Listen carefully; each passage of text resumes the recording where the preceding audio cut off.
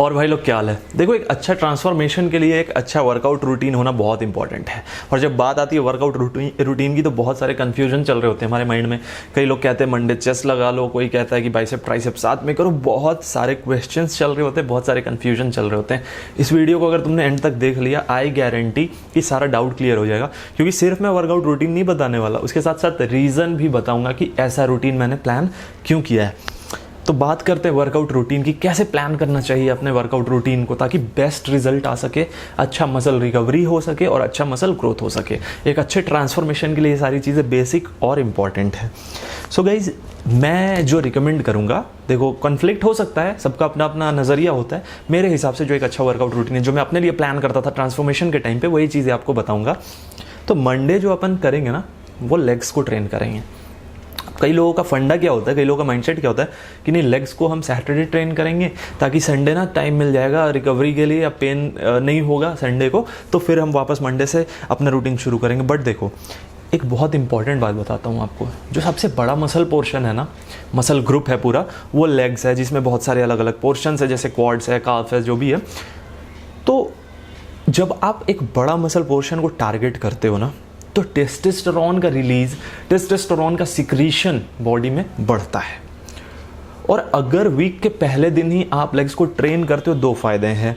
एक तो टेस्टोस्टेरोन का सिक्रीशन बूस्टअप होगा, पहला ये साइंटिफिक है, ब्रो साइंस नहीं है। दूसरी बात, जब आप लेग्स को ट्रेन करते हो ना, जो मैंने एक्सपीरियंस किया है, उसके अगले दिन आप अगर जैसे चेस्ट करते हो, रूटीन तो मैं बताऊंगा पर पहले ये बात कवर कर लो, फिर रूटीन बताऊंगा।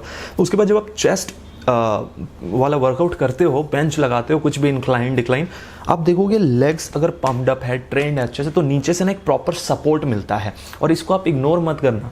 जब भी नीचे से आपको प्रॉपर सपोर्ट मिलेगा ना, आप देखोगे आप पहले से अच्छा वेट पुश कर पा रहे हो, अच्छा वेट पुल कर पा रहे हो। देखना, इस चीज़ को आप नोटिस करना, कई लोगों ने एक्सपीरियंस किया होगा। तो वर्कआउट रूटीन क्या होने वाला है, अब इस पर बात करते हैं।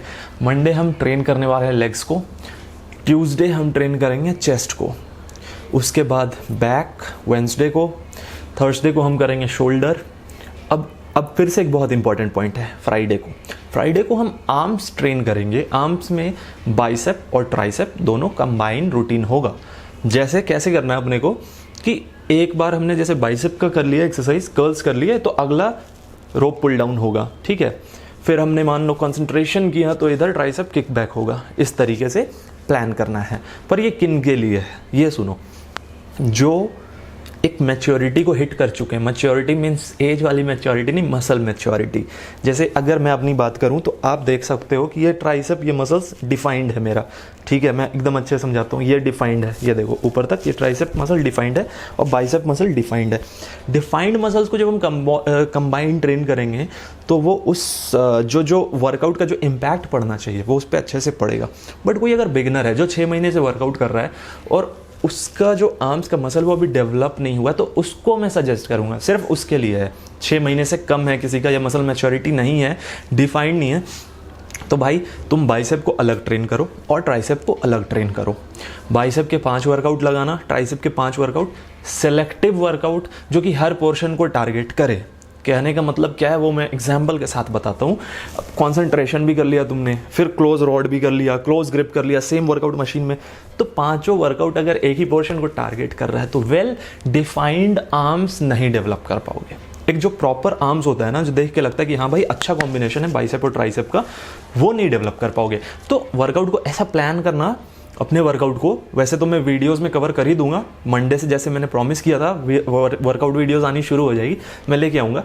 बट फिर भी मान लो अगर तुम किसी ट्रेनर को फॉलो करते हो ऑलरेडी, तो मैं सजेस्ट कर रहा हूँ कि देख लेना वर्कआउट हर पोर्शन को टारगेट कर रहा होना चाहिए। ऐसा नहीं कि सिर्फ एक ही पोर्शन पे टारगेट हो रहा है, फिर वेल डिफाइंड आर्म्स नहीं मिल पाएगा तुम्हें। अब एक और इम्पॉर्टेंट बात, वो है बात एब्स की, जिसको लेके हर कोई कंफ्यूज्ड है, मतलब मोस्टली। और वीडियोस भी आप देखोगे तो अलग अलग सजेशंस है, कई बार उसमें साइंटिफिक रीज़न नहीं होता। तो मैं आपको साइंटिफिक रीज़न के साथ बताऊंगा कि एब्स को कैसे ट्रेन करना है, कितना ट्रेन करना है, वीक में कितनी बार ट्रेन करना है। अब सबसे पहले एक पॉइंट हाईलाइट करना चाहूँगा कि एब्स क्या है। एब्स भी एक मसल पोर्शन है, इसको समझो। ये बात अलग है कि यहाँ पे स्टोर्ड फैट की वजह से वो डिफाइंड नहीं है, दिख नहीं रहा है, और जो छोटे मसल पोर्शन है वो जल्दी विजिबल हो जाते हैं। ये टमी में फैट ज़्यादा स्टोर होता है। बट अगर एब्स आपको दिखने लगा है, वो डिफाइन हो चुका है, दैट मीन्स आपको समझ जाना चाहिए कि ये भी एक मसल पोर्शन ही है, अलग कुछ नहीं है। तो कोई भी मसल को जब आप ट्रेन कर रहे हो तो उसको रिकवरी के लिए टाइम चाहिए। समझो इस बात को, बहुत इंपॉर्टेंट बात है। रिकवरी के लिए टाइम चाहिए। कई लोगों को मैंने देखा है हर दिन एब्स लगाते हैं। मंडे वर्कआउट किया चेस्ट का, तो वर्कआउट से या तो पहले 15 मिनट कर लेंगे या वर्कआउट के बाद करेंगे, और लेग रेजेस कर लिया, ठीक है, क्रंचेस कर लिया, 100 200 क्रंचेस कर रहे हैं कि जल्दी एब्स आ जाएंगे। ये गलत प्रोसेस है। टिश्यूज़ डैमेज हो सकते हैं, एब्स अनसिमेट्रिकल हो सकता है इन चीज़ों से। देखो, अनसिमेट्रिकल तो एक जेनेटिक रीज़न की वजह से होता है, एक्सेप्ट करता हूँ, बट गलत वर्कआउट की वजह से भी कई बार अनसिमेट्रिकल एब्स हो जाता है। तो इसका आपको ध्यान रखना है। एब्स के लिए डेडिकेटेड एक दिन दे दो, सैटरडे दे दो। वीक में एक दिन रेस्ट बनता है। अगर 2 दिन रेस्ट करना है तुम्हें, अगर तुम्हें ऐसा लगता है कि रिकवरी थोड़ी, सबकी बॉडी टाइप अलग अलग होती है, जेन्युइनली मैं बताऊं तो तुम्हें अगर ऐसा लगता है कि वीक में सिर्फ एक दिन रेस्ट करने से तुम थोड़ा लेथार्जिक फील कर रहे हो या थकान महसूस कर रहे हो, तो वीक में 2 दिन रेस्ट कर लो, सैटरडे संडे कर लो। बट अगर 2 दिन रेस्ट कर रहे हो तो एब्स का एक दिन फ्रंट या साइड, इस तरीके से एक्सरसाइज को किसी एक स्मॉल मसल पोर्शन के वर्कआउट के साथ कंबाइन करना। अब जिस दिन तुमने लेग्स को ट्रेन किया है, ऑलरेडी तुम एग्जॉस्ट हो चुके हो, उस दिन एब्स मारोगे तो ढंग से नहीं कर पाओगे, खाना पूर्ति होगी। समझ रहे हो मेरा कॉन्सेप्ट? समझाने के पीछे क्या है कि एटलीस्ट माइंड मसल कनेक्शन तो डेवलप होना चाहिए। अगर तुम एब्स का वर्कआउट कर रहे हो तो you have to feel it. When I say you have to feel it, it means a lot. क्यों?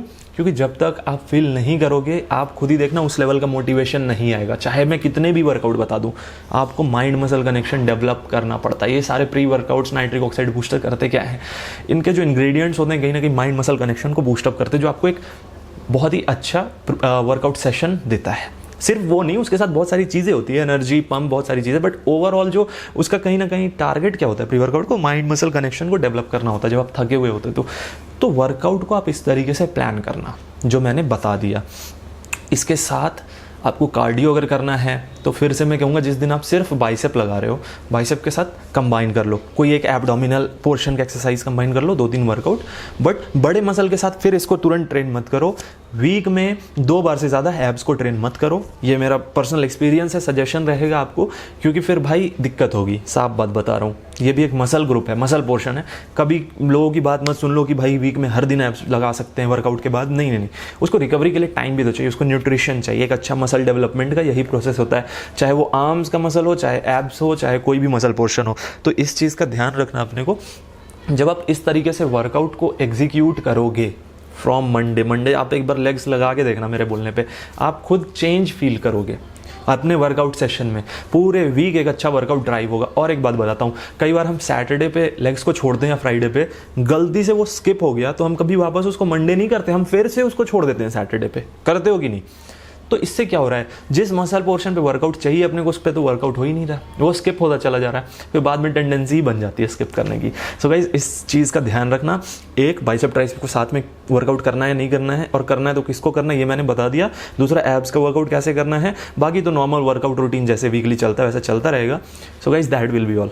आई होप कि आपको कॉन्सेप्ट क्लियर हो गया हो कैसे वर्कआउट रूटीन को प्लान करना है।